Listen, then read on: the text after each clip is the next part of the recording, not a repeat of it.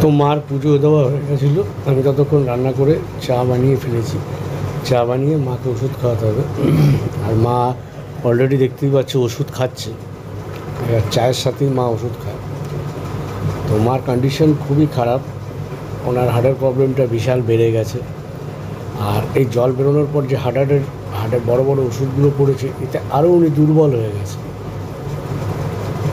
এই কারণেই আমার মা এখন অবস্থা খুবই খারাপ।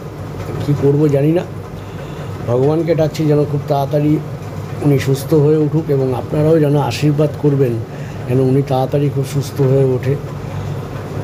এখন কি চিন্তা করে বসে বসে আমি নিজেও বুঝতে পারছি না স্যার। ইয়ে বলছে কি শুরু করবে, শুধু বলতেই থাকে এইটা কর, ওটা কর, সেটা কর। হ্যাঁ, ওনার খুবই কষ্ট হচ্ছে, কিন্তু উনি বলতে পারছে না কী কষ্ট হচ্ছে। মার প্রবলেম এখন অনেক, আর এই প্রবলেমগুলো নিয়ে মা ট্রিট করেছিল অনেক বছর ধরে। আমাদের সংসারটাকে পুরো ধরে রেখে দিয়েছিল আমার মা। যেদিন থেকে আমার মা 2023 প্রথম বছরে হসপিটালে ভর্তি হলো, সেদিন থেকে আমাদের এই সংসারটা আস্তে আস্তে আস্তে কেমন যেন হতে শুরু করলো। আমারও মন কিরম হালকা হয়ে গেল আস্তে আস্তে। এই টুকটাক কাজ করে। আর আমি এখন জলটা ভরতে হবে, ভরে রান্না করব। অলরেডি ভাত বসিয়ে দিয়েছি, ভাত হয়ে গেলে ঝোল, ডাল আর আলু সিদ্ধটা মেখে দেবো। আমি একটু হালকা খেয়ে নিই, তারপর তো আমাকে আবার বেরোতে হবে কলকাতায় ওষুধ আনতে মার জন্য। এই জন্যই আমি সকাল সকাল উঠেছি, ভোর 5টার আগে উঠে গেছি আজকে। উঠে রান্নাবান্না করলাম, রান্নাবান্না করে মার হাতে দিলাম। মা তুমি এবার প্রয়োজন হলে যদি খিদে পায়, আর যদি আবার আমার আসতে লেট হয়, বলা তো যায় না, রাস্তাঘাটের ব্যাপার কখন এখন তো সব জায়গায় মিছিল কখন যে কী হয়ে যায়। আর এই দেখো ওষুধটা পড়ে গেছে, না ওষুধটা সত্যি ভাইরি কী বলবো তোমাকে, না তোমাকে নিয়ে আমি পারছি না, পারিও না। কী যে বাচ্চাদের মতন করো। তো যাই হোক গাইজ, তোমরা ভিডিওটা কন্টিনিউ দেখতে থাকো। আর আমি এখন কলকাতায় যাবো, মার এই ওষুধটা আনতে যাবো। এই ওষুধটা প্লাস আনতে যাওয়ার কথা আছে, যদি পাই তো ভালো ওষুধটা। কেননা ওষুধ হসপিটালের সামনেই, সরকারি ওষুধ হসপিটালের সামনেই পাওয়া যায়, কারণ বাইরে পাওয়া যায়। তো যাই হোক, এখন একবার চেষ্টা করি আমাদের এখানে পাওয়া যায় কিনা, নাহলে কলকাতায় যেতে হবে সেই ওষুধটা আনতে। আর মার একটা ঘড়ি আছে, ঠিক আছে তো, মার এই ঘড়িটা ব্যাটারি শেষ হয়ে গেছে। মার একটু, কারণ ঘড়ি এগুলো একটা জিনিস সময় বন্ধ হয়ে গেলে কিন্তু খুব খারাপ। তাই জন্য ঘড়ির ব্যাটারিটা ভরে নিয়ে আসি, তারপরে এসে তো রান্না বান্না করতেই হবে। মাকে সকালবেলা চা টিফিন করিয়ে ওষুধ খাইয়ে দিয়েছি। এবার যাই ওখানে গিয়ে ওষুধটা রেখে আসি, আর ওইটা নিয়ে আসি, দেখে থাকি।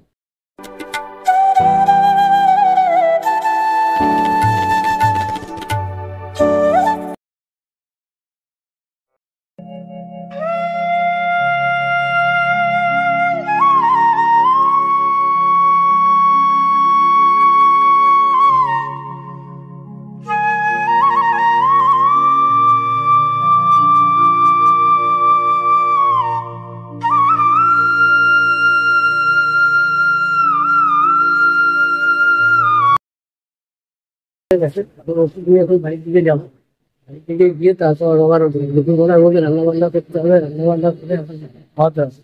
সেই কারণে এখন তাড়াহুড়ো করে আবার ট্রেন ধরে আবার বাড়ির দিকে যেতে হবে। তো ভিডিওটা কন্টিনিউ দেখতেই পাচ্ছি, আপনি ট্রেনে বসে আছে, পুরো কম্পাউন্ড করা তবে এলো পুরো ফাঁকা।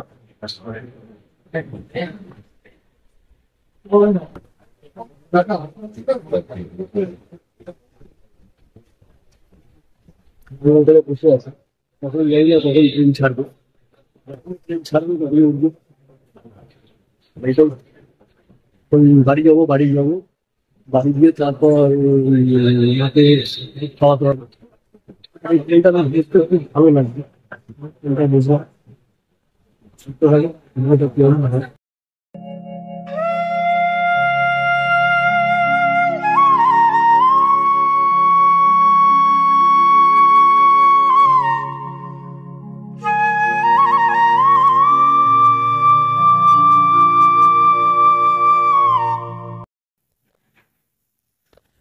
তো গাইজ দেখছো এখন 1:30 বাজে, আর 1:30টার মধ্যে আমি বাড়ি চলে এসেছি। সব শুধু জামা কাপড়টা খুলেছি আর মাকে ভাত খাইয়ে ওষুধ খাওয়ালাম, কেন একটার সময় ওষুধ খাওয়ানো দরকার।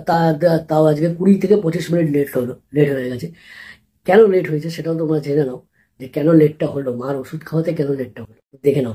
আজকে সকালবেলা কলকাতায় গেছিলাম, তোমরা জানো, আগের ভিডিওটাও দেখেছো, আর আজকে তো ফুল ভিডিওটা দেখবে যে কলকাতায় গেছিলাম ওষুধ আনতে। তো সেই ভিডিওটা, ওষুধগুলো যে এনেছি সেগুলি দেখো, কতগুলো ওষুধ মার চলে। তো দেখতে পাচ্ছ কতগুলো ওষুধ মার চলছে, দেখে নাও। এতগুলো ওষুধ মার চলে সারাদিনে, আর দুটো সিরাপ আছে প্লাস এই ওষুধগুলো তো মার চলেই। যাই হোক, তাহলে বুঝতে পারছো তার কত টেনশন, তার হার্টবিটের অবস্থা কি আছে। এবং কেউ যদি তাকে, মানে সে একটা ডিপ্রেশনে পড়ে গেছে, অন্য একটা চিন্তাও করছে।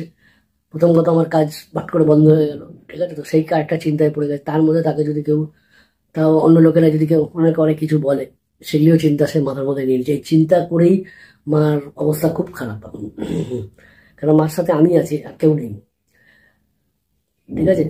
আমি জানি যে তার পরিস্থিতি কি হচ্ছে, দিনকে দিন কি অবনতির দিকে চলে যাচ্ছে। কেননা জলটা বেরোনোর পর মার শরীর পুরো হালকা, দিমাগে, মাথার, মানে সবকিছু ভুলে যাচ্ছে। মাথায় সব কিছু যা বলছে, এই দেখেছি ওই দেখেছি, এই সব ভুলে যাচ্ছে।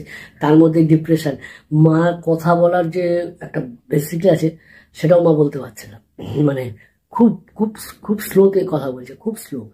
মানে জোর করে যদি বলানো হয় তাহলে সেই জোর করেই বলানো হচ্ছে। তো যাই হোক গাইজ, আমরা তোমাদের একটাখানি প্রার্থনা, তোমরা আমার কাছে এইটুকু ভগবানের কাছে প্রার্থনা করো যেন আমার মা তাড়াতাড়ি সুস্থ হয়ে ওঠে। কেননা বুঝতে পারছো, পৃথিবীতে আমার মা ছাড়া পৃথিবীতে কেউ নেই পৃথিবীতে আমার মা ছাড়া। তা আমি খুবই খুবই অসুবিধার মধ্যে পড়ে যাচ্ছি, আমার মা ছাড়া পৃথিবীতে আমার কেউ নেই। তো তোমরা ভগবানের কাছে এইটুকু দোয়া কিংবা প্রার্থনা করো যেন আমার মা সুস্থ সবল হয়ে যায়। আর কিছু মানুষ আছে যারা কোনো কাজ তো করবেই না আমার মার জন্য, তারা শুধু বড় বড় বক্তৃতা দিয়ে যাচ্ছে, বড় বড় কথা বলে যাচ্ছে, এই করো সেই করো। তো তাদের ভাই একটাই কথা ভিডিওতে বলবো, আমি কারোর আমার কমেন্টসগুলো আমি হাইড করে রেখে দিয়েছি। কমেন্টসগুলো আমি করি না, কোনো রিপ্লাই দিই না। ভালো যদি কমেন্টস থাকে তাহলেই আমি রিপ্লাই দিই, আদারওয়াইজ আমি কোনো কমেন্টসের রিপ্লাই দিই না। কেননা দেখো ভাই, আমি তোমার খাই না, তুমি আমার খাও না, আমি তোমার পড়ি না, তুমি আমার পড়ো না, তা তুমিও আমাকে ফালতু কথা বললে আমার ভালো লাগে না। ঠিকই, আমি মাঝে মাঝে ইচ্ছা করে আমি তোমার উত্তর দিই, কিন্তু গাইজ আমি কোনো উত্তর দিই না। কেননা তুমি যদি কুকুর হও, তোমার সাথে কুকুর হওয়ার সম্বন্ধ নেই। তবে যে বর্তমানে যার যা পরিস্থিতি সেই একমাত্র জানে কিন্তু যে কি বর্তমানে তোমার কি পরিস্থিতি। কিন্তু ভগবান না করুক যে তোমার কোনোদিনও এরম না হোক, অন্য কোনো প্রবলেমে তুমি পড়বো, তখন তুমি বুঝতে পারবে যে তোমার প্রবলেমটা তুমি কি করে সলভ করবে। তাদের এইটাই বলি, যে যার প্রবলেম সে সেই বোঝে, আদারওয়াইজ কেউ বুঝতে পারে না। মানে তোমার প্রবলেম কিন্তু আমি বুঝতে পারবো না ভাই, ঠিক আছে। কিন্তু আমি সবসময় মানুষের পাশে থেকেছিলাম, পাশে থাকার চেষ্টা করেছি। যত বিপদ আসুক না কেন আমি সবার পাশে থাকার চেষ্টা করেছি। কেউ আমার সাথে কথা বলেনি, তবুও তার সাথে আমি তার সব কিছু যেটুকু আমার সমর্থ দিয়ে আমি করেছি। কিন্তু সময়ের পরিস্থিতি একদম ঠিক, তুমি যদি কারোর জন্য কিছু করো তোমার হিসাব করে করতে হবে, কিন্তু কেননা হিসাব করে করতে হবে।